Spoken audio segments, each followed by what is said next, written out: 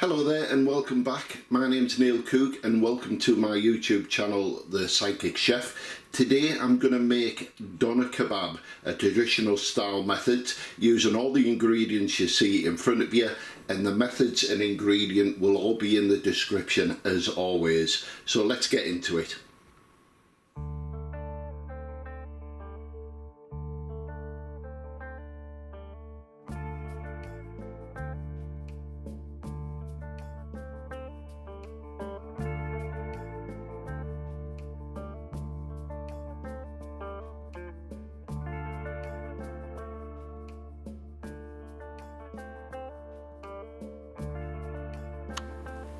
So the two meats I'm using today, one is ground beef and one is ground turkey.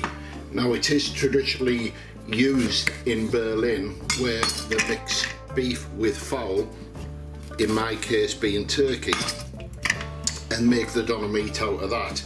There's two types of doner meats which are normally made, or should I say doners being made.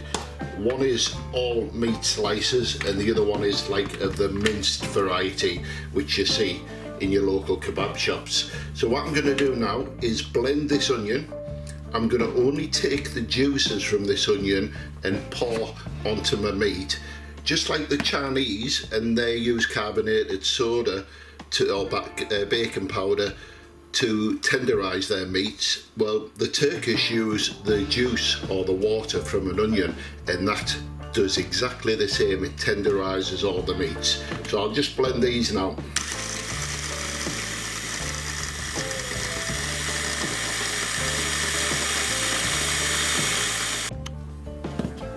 So once we've blended this onion, now unfortunately it looks like I've chose the driest onion in the supermarket, so I'm going to see if I can extract around a couple of teaspoons of onion water. So as you can see there, I have managed to get some water out of the onion, not much but enough to, there's around a kilo here in meat, so there's enough there just to get the water to tenderize the meat. So I've just done another onion, and I did it for a little bit longer because I am making two batches, mainly because the size of the bowl isn't big enough to mix two lots, but all the ingredients, like I said, is in the menu. So this is the second batch of onion, and as you can see there, it's very much like baby food. So as I've now put it into here, this should freely flow through the fine sieve and we should get more juice, and there you go, straight away. Can you see that? Yeah. So straight away there's a lot more juice coming through there, and what I'll do is I'll add a little bit more to the exact same amount batch I'm making to freeze. So there you go, there's all the juice. Let's just move that to one side and we'll add some more to this. And like I say, the onion is essential to tenderizing the meat. I know minced beef is very much minced to bits and most of the fibrous tissue is all broken down. So what you can also do is add a couple of sprigs of thyme. If you haven't got fresh thyme, then add some dry thyme, which is what I'm using now. You can use oregano, you can use other herbs. It does give it a rich taste, but it's not essential anyway. So per 1 kilo I'm adding 2 tablespoons of yoghurt, and because not all of it come out, I added a bit more. I'm also going to add salt and pepper, probably around half a tablespoon.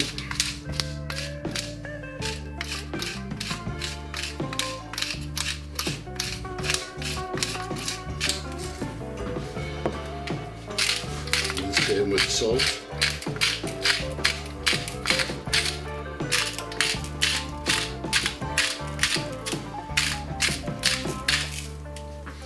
And what I'm also going to add Let's see if I can find some. But don't tell my partner. Is just a little bit of heat, which is the lazy chili. And all I'm going to do is probably around half a teaspoon, just to give it a little bit of heat. And now the best part is mixing it all up. So per bowl I've got 500 gram of turkey minced, or minced turkey. I've got the juice of 1 onion per bowl. We have salt and pepper. I've put a tiny bit of chili flakes in, or in my case lazy chili, and a couple of sprigs or the equivalent of thyme, but you can add any other herb if you want to, oregano or thyme or even parsley if you want to, but I'm going to save my chopped parsley as garnish for the end product. So here's the part. What we're going to do now is where we're going to allow this to marinate. Everything we've added to there is now going to marinate for 2 hours in the refrigerator. So we're going to make this into a loaf-like bundle, which I'll show you the one I've already done off camera. Let's just shape it.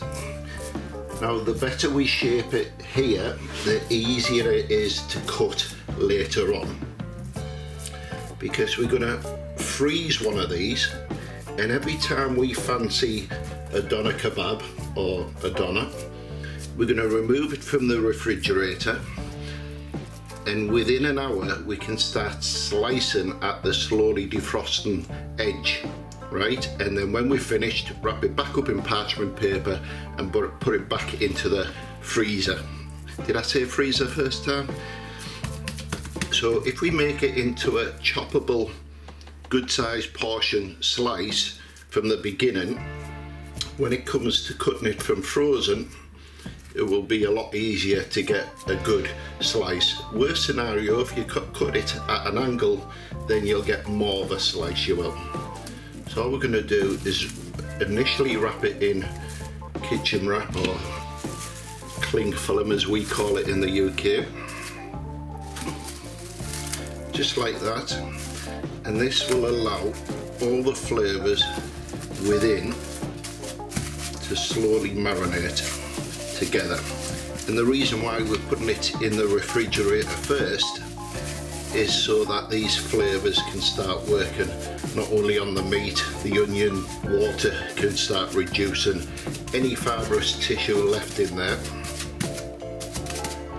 And after 2 hours in the fridge, if you're not using it, pop it in the freezer. So off camera, I have made the red pepper sauce, and this is for the doner kebab. This is the equivalent of the UK chili sauce, but the heat is all down to you. So we've got the chili in there, we've got the red pepper, I've got yogurt, I've got vinegar, salt, pepper, some tomato puree for thickening it, and a little bit of ginger, which is probably around a teaspoonful or slightly less. I'm going to mix this together. This will be the sauce we spread on the bun in place of the, let's just say, the chili sauce which you would get normally in the UK. Right, so we've made the white sauce now, and this is going to go on the doner kebab. We have 4 tablespoons full of yogurt, 2 tablespoons full of mayonnaise. We have some cucumber chopped up. We have 3 to 4 sprigs of dill. I've also got 4 cloves of garlic, but you can control the amount of garlic to your choice, and then also salt as well. So all I'm going to do is just add this garlic to the bowl, and once again give it a really good mix, and then this is going to be covered in the refrigerator for when it's time to make the doners. Like I say, if you coat the top of the bun with your red sauce and the bottom with the white, whichever way around you do it, that'll allow the meats not to make your doner, pita bread, your bun, whatever you're using, not to go all soggy. You could also add spring onion to this to give it just a little bit of kick, but I'm just going to use the green of the spring onion as garnish for when I'm serving up.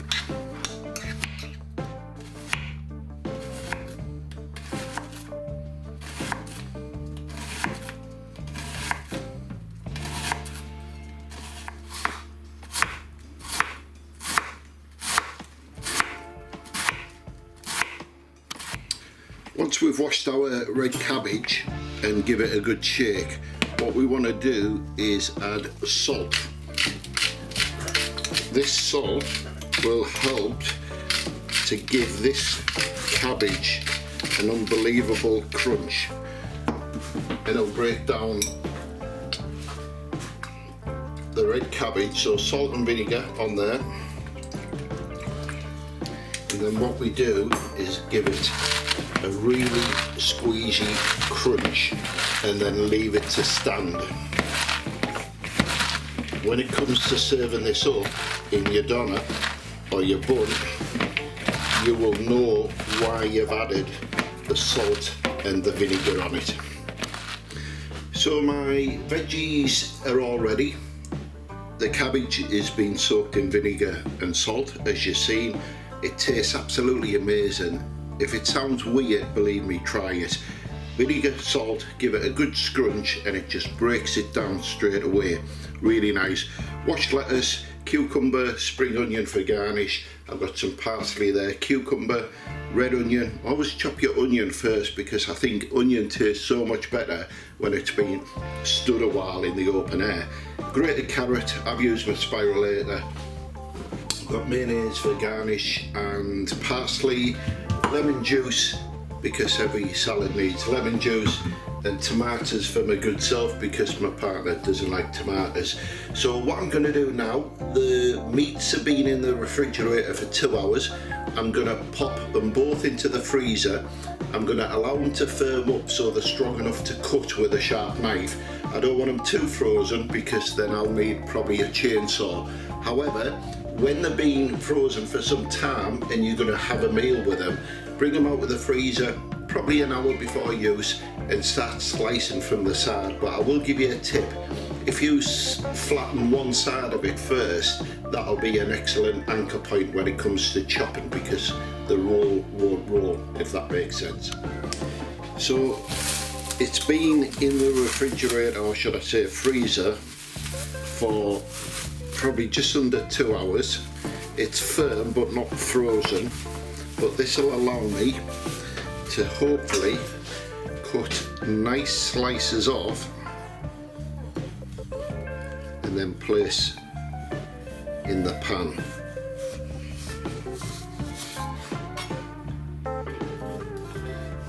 It feels more frozen around the edge than it does in the middle where I'm holding. Yeah.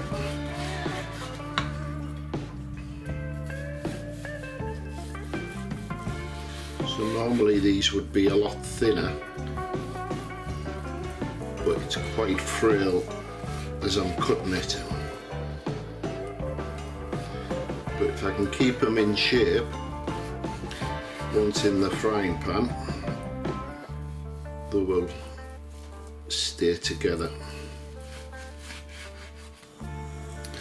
So I've now got my frying pan on a low heat, and I'm just going to melt some butter in there. We're not using oil.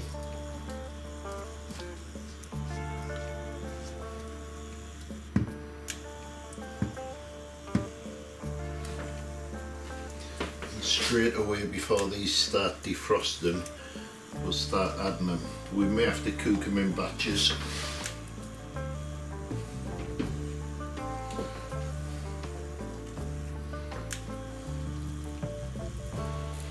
Because it's not fully frozen, then it's quite delicate. But we'll cook them off and put them in a warm oven while we wait for our bread to be cooked. So we're going to cook these in a hot oven at about 180 for around 8 to 10 minutes. They're pre-cooked anyway, so we're just reheating them, and I've got them on parchment paper to stop them sticking to the initial trays.